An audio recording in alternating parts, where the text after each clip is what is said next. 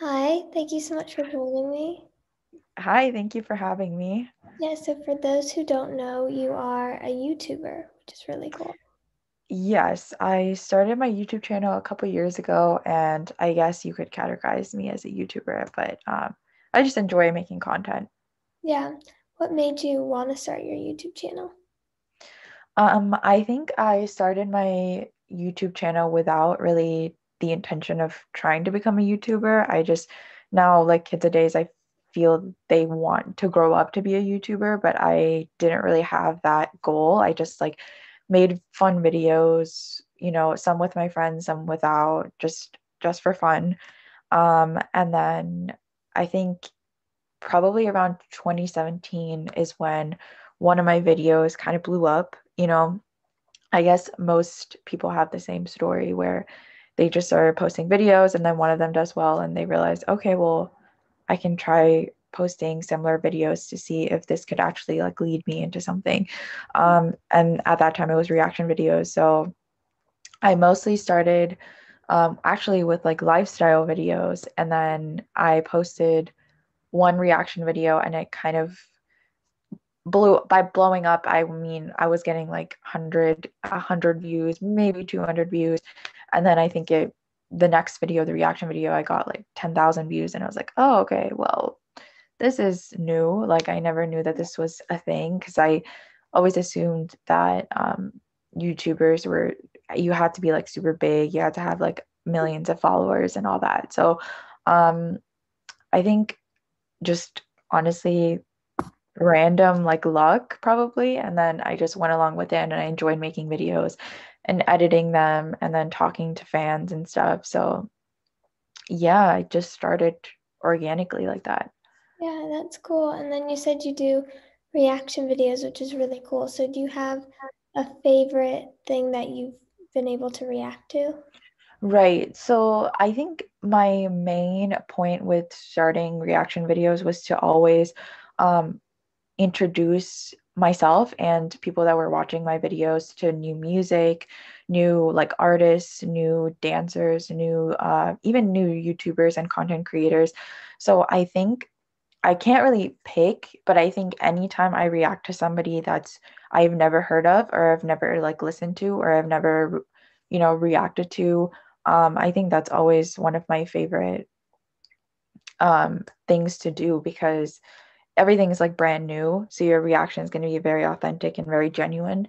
Um, I can just name a couple people maybe. Like, for example, I never heard of Pentatonics before 2018. I'm Oh, not sure if you know who Pentatonics is, yeah, like the acapella group. yeah. And I had no idea who they were. And then somebody requested it to me and I reacted to them and I was like super blown away. I had no idea that there were so many artists out there that I had like no clue about because you only listen to the radio or you only listen to Spotify and they're For sure. really big artists that have so many followers and so many fans already that you don't really pay attention to the smaller. And back then, Pentatonics was relatively small. Now they're huge, Yeah. but that was really fun. I think anytime I react to like a new artist, that's probably the best thing as a reactor that I can do. And it's the most fun for me too. Yeah, and then how do you pick what you react to? Do you take a lot of requests? So generally, I do take mostly requests. I would say it's like 50-50, probably like 50% requests, 50% something that I find trending or something that I find, you know, um, interesting to me. I think that if I only react to requests, it gets kind of tough because I get so many every day that how it's very difficult to just choose one or two to react to per week. So usually I'll, take polls on my Instagram or like I'll go on my YouTube channel and see which comment has like the most likes. If a particular artist has, 10 likes versus one like, I'm obviously going to be mostly inclined to react to the 10 likes comment. So I would say like it's 50-50. I think some are my own and then some are from the fans. But I don't want to like disappoint them either. So I mostly will be taking their input in some level. Yeah, and then people love reaction videos on YouTube so much. I feel like they have almost like a cult following. People just Hmm. love them. what do you think it is about reaction videos that people just love to watch? I think when I first started, reaction videos was not a genre at all. So it was very, very new. I just saw one video on it and I tried it out and people loved it. So I think I've been able to experience like I would say since 2017, 2018. So for the past like maybe 3 years, I've been being able to see like how reaction videos change and how the audience, you know, loves those types of videos. I think mostly it's because they can react to their favorite artists or react to the, whatever it is, like sports or games or I know that there are so many channels like Skincare by Hiram and, all of those bigger channels that are reacting to things, but they can do it together as like a group. And it's, I think, a lot more fun. I know like one group that I always react to, or one duo that I always react to is Late Twins, and I get so many requests about that. But it's mostly just Late Twins fans that come and they want to share that experience with me Yeah. of reacting to their favorite dancers. So I think that's why it grew in popularity so much. I think people love to share, I mean, that whole concept of like fandom, right? Right. I grew up with the whole Justin Bieber, One Direction fandom. So the only way that you could experience that is if you went to concerts or if you went to like those meet and greets or those type of group events. But nowadays with social media, you can have those like meet and greets or you can have those concerts right at home by just like watching your reaction videos, watching your favorite reactors, watch your favorite artists. So you feel kind of like you're experiencing things together. And I Mm-hmm. think that's what people enjoy. Yeah. And then as a YouTuber, like you said, it was obviously something organic and not Hmm. necessarily something you really meant to happen. But Hmm. like from what you've learned from being a YouTuber, for those who want to be a YouTuber, what advice would you give them? I think because mine just happened, like you said, very naturally. I didn't really force it per se. I think you just have to go in, and if you do want to make videos, just make videos about something that you're really passionate about and just go for it. I think a lot of times people hesitate, like, do I need a super fancy camera? Do I need like a super fancy microphone? Do I need like a perfect Amazing. backdrop and everything? And I think like as long as you're interested in what you're talking about, interested in what videos you're making, you like editing videos, you like, just content creation, I think usually it just naturally happens that you're going to get an audience. So I think my only advice would be if you're thinking about it and you really actually like to do it, then just like to go for it and to not hesitate as much because that's what I did and then somehow it worked out for me. So yeah, I think just go for it. Yeah, and at this point with what you're doing, do you still see YouTube as like a fun hobby or do you see it as a career? I would say I think a more accurate definition of like what I would want to do is be more of, a content creator or an influencer. I don't like using that word a lot, but I feel like you can't just sustain off of YouTube. Most people already know that. You also, I've seen all of your work. You definitely know that because you can't just post on YouTube and expect everything to happen. I feel like it's come to a time where you have to be so consistent on all of the social media platforms that you can't just, focus everything on just one. So I wouldn't say that I would want my only career to be YouTube. I think it's like super fun right now and I like what I'm doing. But I feel like just saying that is limiting myself. I would want to be more of like a well-rounded content creator. And then who knows like what opportunities I can get in the you know, upcoming years. Um, so yeah, I would say like half and half. Like I really like what I'm doing, but I also don't want to categorize myself as just like a YouTuber and that's like my main career. I feel like definitely you need to be like well-rounded. You need to have like everything basically under control to be an influencer. Yeah. And so then let's say like somebody requests a song to you and Hmm. you listen to their song and you record it, you're ready to react to it, and you're just like, I hate everything about this song, and Mm-hmm. you can't even think of anything good to say about it, and you film it. Is that something that you would post, or are you a little bit more you only want to post things you have positive reactions to? Um, Luckily, and I'm not just saying this because we're talking, luckily, I have never actually gotten into a situation where I've been like that, where somebody requests something that's truly awful and I react to it and I'm like, okay, this is really, really bad. I don't even know what to say. I've never been in that position.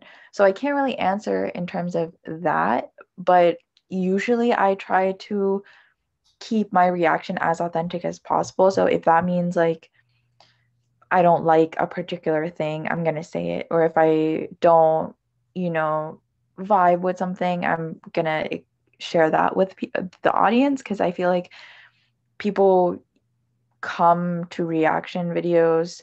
Well, one, of course, to experience things together, but I think also just to get another opinion. Yeah. Um, but I've never actually experienced a time, and I've recorded several hundreds of videos.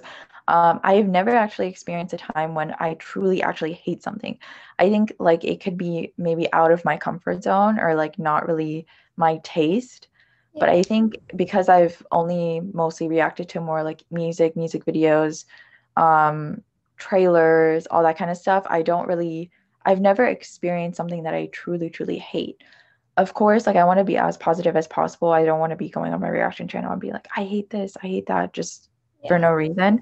Um, but yeah, I mean, I guess you have to be strategic. You have to be like authentic, but then you also don't want to offend anybody. But then you also, I've never experienced something that was that bad. So a combination of everything. But yeah, for any advice that I would give for somebody that is reacting, if you actually do hate it, I would say to explain it because I feel like people take honesty a lot more seriously than just being happy all the time because I feel like that's not honest or that's not like your real reaction anyway. So why would you like fake that? Yeah. Totally. And then you don't just make reaction videos, you also make lifestyle content as well. Um, Mm-hmm. do you prefer lifestyle content to reaction? Um, when I started, I only did lifestyle content. So that was the normal like day in my life type thing. Like back then there were a bunch of the videos are on like favorites, like fall favorites or a month favorite, like products and all that kind of stuff that really was a big hit in 2017. So I think that was cool, but I don't know. I mean, I feel like they're so different, reaction videos and then lifestyle videos. I've also gotten into ASMR. I've dabbled in that. I've tried that out. I think that's something that for me, it's mostly like experimenting and hobbies and things that I really enjoy. For example, the ASMR, I just got into it, I think maybe a year ago, and I really enjoy watching ASMR videos. So I kind of tried making them and then posting them on my channel. Some of them like worked out, some of them didn't. But I think for those types of videos, it's mostly just for myself. Like if I like it and I enjoy doing it, then I'm going to be posting it, not necessarily if people watch it or not. Because I know that my channel is mostly a reaction channel. Mm-hmm. So I would say it's mostly just for my fun and my enjoyment to do like different types of videos, try it out, Yeah. and just to see how it goes. Yeah. I mean, who knows? Maybe like in a month, I'll start doing only lifestyle videos. I have no idea. But for right now, it's just like for my fun. Yeah, it's definitely good to be flexible. Mm-hmm. With dancing, I know you are a dancer, Mm-hmm. and you kind of just started doing dancing content. Is that Mm-hmm. something that subscribers are going to see more of? Um, Hopefully, I think that's another area that has been very personal to me. I think I've danced for so long that I think it would be fun to start posting that type of content. I have never actually fully committed. I think I've just like experimented. I posted a couple covers on my Instagram. I posted a couple covers on my YouTube um, to see how people like it. Some people like it, some people don't. But I think that's definitely something that I would enjoy doing because it's a very like big passion, big hobby of mine. So might as well share it with, everybody else if I'm going to be doing it anyway. So yeah, I would say people can definitely expect me to try it out. Um, I think if anything, if I were to actually want to pursue this, I definitely would probably make a second channel.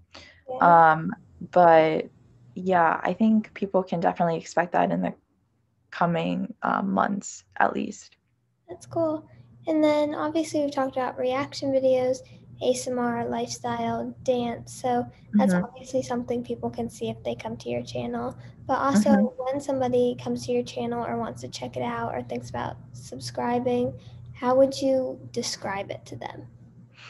I think I would describe it as, Like well, even if my you could channel is describe your own mostly, niche. I'm sorry. Even if you could describe your own niche. I think my niche will probably always remain more of, a review type channel, a review type um content because whether I post, lifestyle or ASMR, this channel will probably always remain a conversation starter. I think I've always been more interested in talking to other people about things that I like. So I could expand to, even blogs about similar discussions. I'm not sure if there are such things as like reaction blogs, but I'm sure that there's tons of blogs about the things that I react to. Instagram as well. I think it's just mostly a way for me to interact with my fans more than becoming an Instagram model or becoming more of like aesthetic, a content creator for, aesthetic purposes. So I think my niche will always remain more of a reaction review type YouTuber. But I think if I were to ever expand, possibly more, I would say the niche would be like more lifestyle, but definitely always in the realm of like starting a conversation, um, sharing an experience with somebody. I think that's always been like my intention behind any part of my work. Yeah, that's awesome. And then where can people find you? So people can find me. Everything is on my YouTube channel, which is newgirl246. And you can find my Instagram and Twitter directly on that. I'm also on TikTok, which will also be linked on that. So I think the easiest way for people to find me is just on my YouTube channel. Everything's on there. Again, that's newgirl246. And then I'm also coming out with a website, which should be a lot easier for people to find me. All of my stuff in one, kind of like a portfolio. I think that will be a lot more efficient for people to see what all my work is about, which will be coming out quarter 1 of this year, which is very exciting. Yeah, awesome. Thank you so much for joining me. Yeah, thank you so much for having me. This was super fun. Of course. Nice to meet you. Nice to meet you too. Bye. Bye.